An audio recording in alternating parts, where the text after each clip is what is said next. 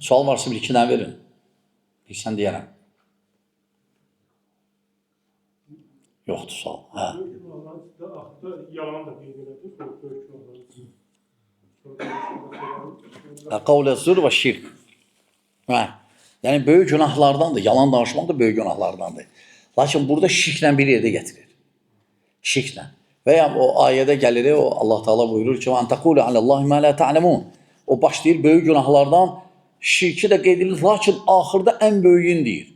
Allahın adından elmsiz danışmaq. Baxmayaraq ən böyük günah şirkdir. Lakin hərdən belə cümlələr o günahdan çəkindirmək üçün qorxuzur. Ki daha diqqətli olsunlar.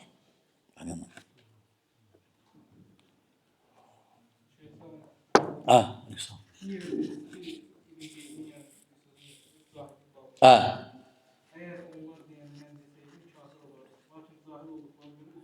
Hə. Yəni firqə əhli bax, məsələn, indi fikir var da, hətta bəzi Saudiya şeyxləri qəribədir. Deyirlər, kim şirk eləyir, müşrikdir. Ümumən. Təbii ki, bu ümuməndir. Lakin xavariclər bu fikirləri götürür. Deyir, hə, bax, şeyx filan kəs deyib belə, müşrik, şirk elədi, müşrik tutardı. Artıq müəyyənə də hökm verirlər. O ümumi sözdür. O ümumi sözdür. Onlar elmin dilin bilmirlər. Elmin dili var. Alimlər düzgün başa düşmək var. Çünki biz müəyyəni müşrik eləmək üçün ona müəyyən halına baxmaq lazım. Manilər var. Aydındır, dərhal müşrik demək olmaz axı. Və qəribə də söz nədir? Deyir, müşrikdir, amma axirətdə Allahın istəyi altındadır. Axirətdə böyük günah sahibi kimi müamilə eləyirlər. Qəribədir. Necə yəni? Burada müşrik olur, orada müsəlman olur, burada kafir olur. Həm də bu söz təhlükəlidir. Ne üçün? Onda müsəlman çox azdır. Müsəlman çox. Elə firqələr yoxdur ki, şirk yoxdur olar. Olmasın. Şirkdən boldular. Sadəcə faizlə azalırlar. Biri 100%, biri 70%, biri 90%. Hətta alimlər şirk küfür. Məsələn, götür İbn Həcər rahimehullahı. İbn Həcər sifətlərdə tavil edib.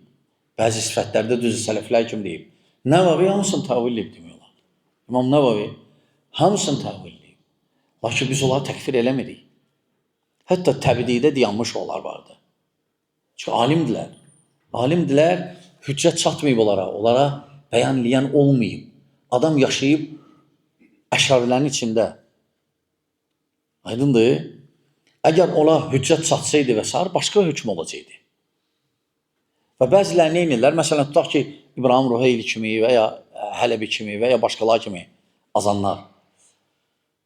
Onlar müqayisə edirlər, balacalar ciddan, mutdan, mümeyyizat doludur. Onlar götürürlər, məsələn, Hələbini tutaq ki, müqayisə edirlər, deyirlər ki, İbn Həcər Nəvavi, nə deyirsən onlara? İbn Həcərlə Nəvavi ilə onları müqayisə eləmək düzgün deyil. Ne üçün? Çünki bunlara rədd olunub, bunlara bəyan olunub, bunlara kitablar yazılıb zəlalətlərin. Lakin dönməyiblər. Amma sən məni göstər İmam Nəvəvi ilə İbn Həcər, onlara rəddiyən olub dönməsinlər. Müqayisə düzgün deyil. Sadəcə alladırlar. Aydın qardaşım, bu firqələrdə var. Allatmaq. İnsanların bilməməzliyindən istifadə edirlər. Necə ki, keçən o Rafizi, o Ömər adı məsələsində. Burada soruşdular da biz. Ömər adı, yox, Muhammed. Ömər Xattab. Ömər Xattab Məhəmməd adını qadağan eləmişdi. Demişdi, kim qoyub değişsin. Görürsən, necə təqdim edir? Görürsən.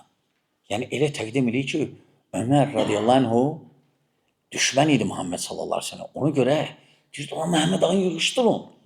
Elə təqdim edir. Lakin yadından çıxır Əli radiyallahu anhu. Əli də susub, Ömər belə deyir, Əli də susub. Əlini təhqir eləməkdir bu. Sonra qızın verir, Umur Kulsumu Fatimədən olan.